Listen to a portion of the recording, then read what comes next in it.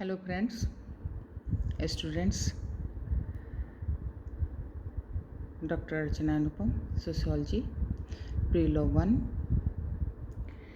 Theories of Social Change.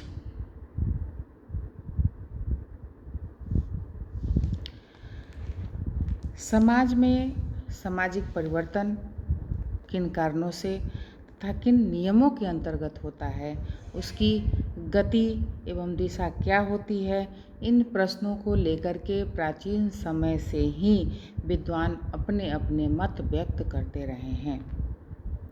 प्रारंभ में दार्शनिकों ने सामाजिक परिवर्तन के सिद्धांत प्रस्तुत किए। बाद में समाजशास्त्रियों ने भी उनमें अपना योग दिया।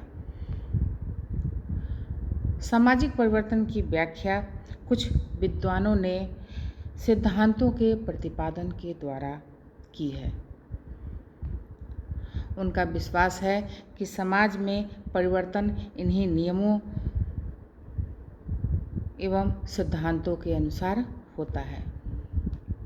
16वीं सेंचुरी में 16वीं सदी में जीन बोडीन ने विश्व की विभिन्न सभ्यताओं का ऐतिहासिक अध्ययन के आधार पर यह मत व्यक्त किया कि समाज में परिवर्तन चक्रीय रूप से घटित होते हैं।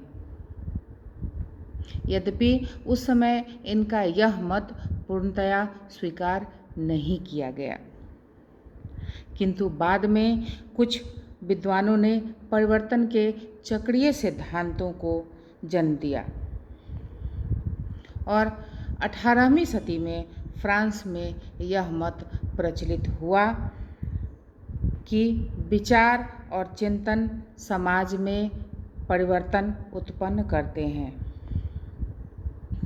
19वीं शताब्दी में कॉम्ट हीगल एवं कार्ल मानहिम जैसे विचारकों ने सामाजिक परिवर्तन में विचारों की भूमिका को बहुत महत्व दिया।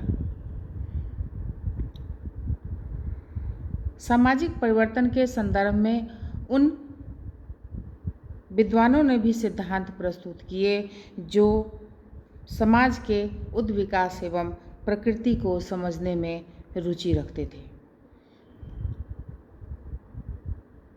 कॉम्ट, स्पेंसर, हॉबहाउस आदि विद्वानों ने कहा कि सामाजिक परिवर्तन एक सीधी रेखा से होकर गुजरती है, जो प्रत्येक समाज को इन स्तरों से गुजरना होता है। ये स्तर कौन कौन से होंगे, इस बारे में उनमें मत भिन्नता है।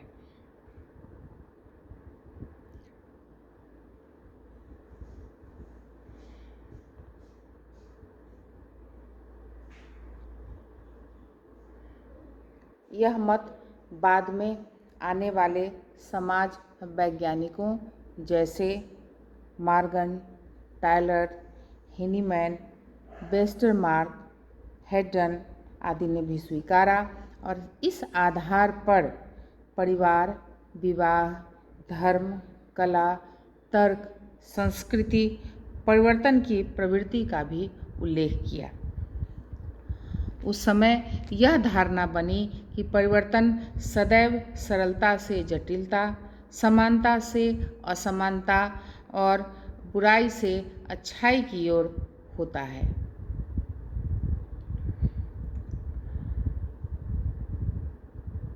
मार्क्स एवं वेबलिन ने प्रौद्योगिकी एवं आर्थिक कारकों को, ऑगबर्न ने संस्कृति को, मैक्स वेबर ने धर्म को और सैंडलर ने जनसंख्यात्मक कारकों को सामाजिक परिवर्तन का कारक माना। सामाजिक परिवर्तन को स्पष्ट करने के लिए जितने भी सिद्धांत अब तक प्रस्तुत किए गए हैं, हम उन्हें प्रमुखतः दो रूप में बांटते हैं, जिसमें पहला है चक्रीय, दूसरा है रेखीय, यानी साइक्लिक थ्योरी, दूसरा लीनियर थ्योरी। अब आगे हम दोनों ही प्रकार के सिद्धांतों का विवेचना करेंगे। Cyclic theories of social change यानी सामाजिक परिवर्तन के चक्रीय सिद्धांत। चक्रीय सिद्धांतकारों का मत है कि समाज में परिवर्तन का एक चक्र चलता है, जहाँ से हम प्रारंभ होते हैं, घूम फिरकर पुनः हम वहीं पहुँच जाते हैं। इस प्रकार के विचारों की प्रेरणा विद्वानों को संभवतः प्रकृति से मिली होगी। प्रकृति में हम देखते हैं कि ऋतु का एक चक्र चलता है और सर्दी, गर्मी, वर्षा की ऋतुएं एक के बाद पुनः पुनः आती रहती है। इसी प्रकार से रात के बाद दिन, दिन के बाद रात का चक्र चलता रहता है। प्राणी भी जन्म और मृत्यु के दौर से गुजरते हैं। हम जन्म लेते हैं, युवा होते हैं, वृद्ध होते हैं और मर जाते हैं। मरकर फिर जन्म लेते हैं और पुनः वही क्रम दोहराते हैं। परिवर्तन के इसी चक्र को कई विद्वानों ने समाज पर भी लागू किया और कहा कि परिवार, समाज और सभ्यताएं उत्थान और पतन के चक्र से गुजरते हैं। इसकी पुष्टि के लिए उन्होंने विश्व की अनेक सभ्यताओं का उल्लेख किया और कहा कि इतिहास इस बात का साक्षी है कि जो सभ्यताएं आज फल फूल रही हैं और प्रगति के उच्च शिखर पर हैं, वे कभी आदिम और पिछड़ी हुई अवस्था में थी और आज जो सभ्यताएं नष्ट प्राय दिख रही हैं, वे भूतकाल में वे विश्व की श्रेष्ठ सभ्यताएं रह चुकी हैं। इस प्रकार चक्रीय सिद्धांतकार सामाजिक परिवर्तन को जीवन चक्र के रूप में देखते हैं।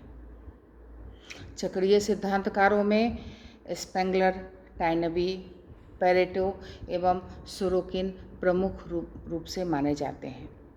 हम यहाँ उनके सिद्धांतों का उल्लेख करेंगे। सबसे पहले चक्रीय सिद्धांत के अंतर्गत हम जो पहला सिद्धांत की चर्चा कर रहे हैं वह है स्पेंगलर का सिद्धांत, theory of Oswald Spengler.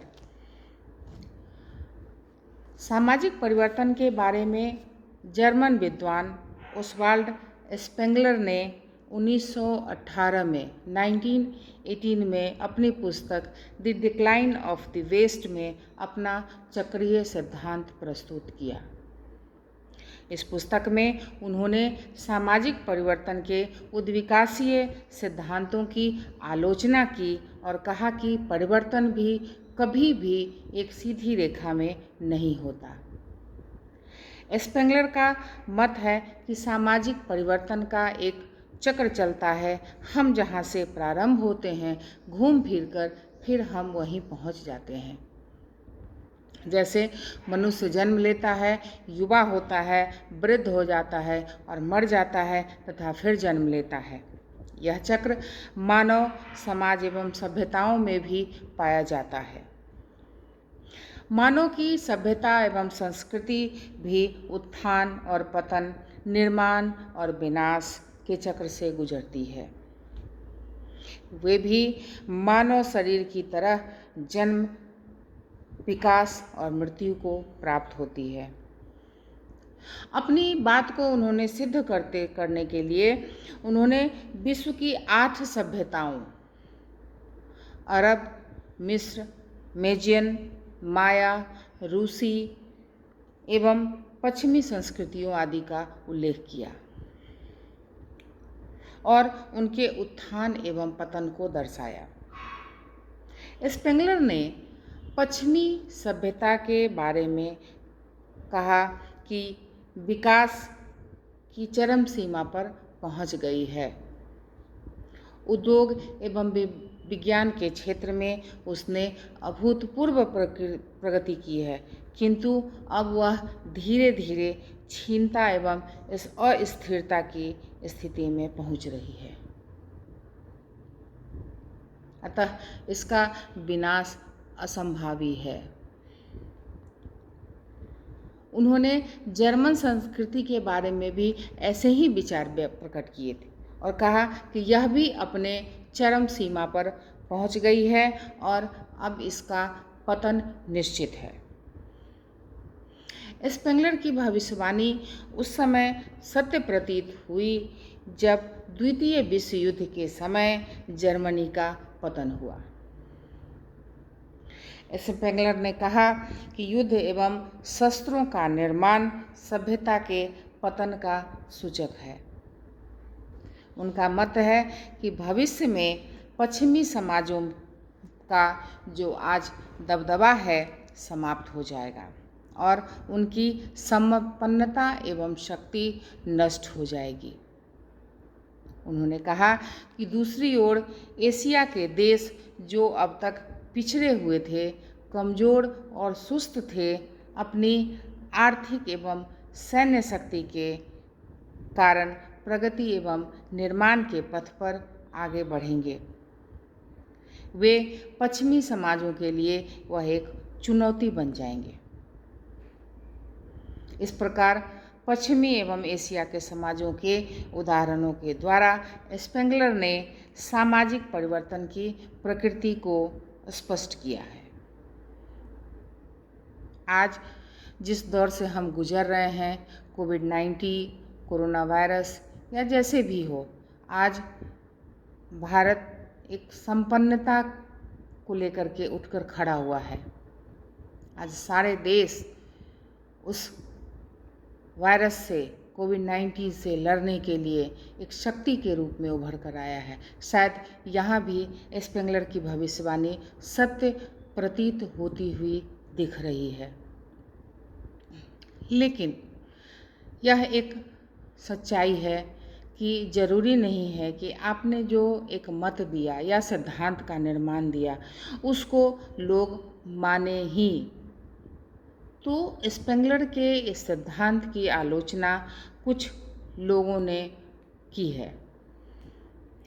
Spengler के इस सिद्धांत ने बहुत समय तक लोगों को अपनी ओर आकर्षित किया, किंतु इसे पूरी तरह स्वीकार नहीं किया जा सकता। स्पेंगलर ने संस्कृति एवं सभ्यता की तुलना सावयव से की है, यानी एलिमेंट से की है, जिसे आज तक कोई स्वीकार नहीं करता। उन्होंने ऐतिहासिक तथ्यों को तोड़ मरोड़ कर अपने पक्ष की पुष्टि की है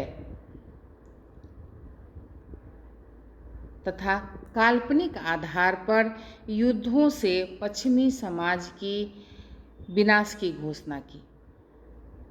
स्पेंगलर ने यह भी नहीं बताया कि किसी सभ्यता, समाज व संस्कृति का अंतिम बिंदु कौन सा होगा जिसके बाद ह्रास शुरू हो जाता है।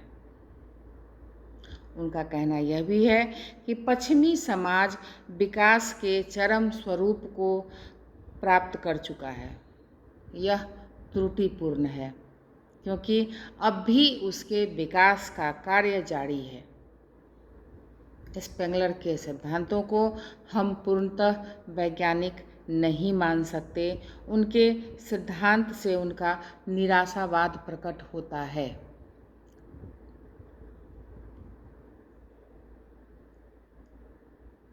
उनका कहना यही था कि परिवर्तन होता है, चक्रीय रूप में होता है। हम जहाँ होते हैं वहीं घूम फिर कर हम वहीं पहुँचते हैं।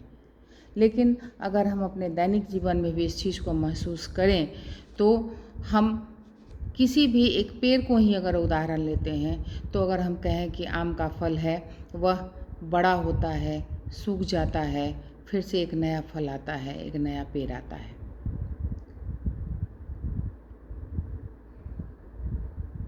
उम्मीद है आपको यह स्पेंगलर का जो सिद्धांत है यह आपको समझ में आ गया होगा। इसी तरह आगे और सिद्धांतों को लेकर के हम आएंगे। Thank you.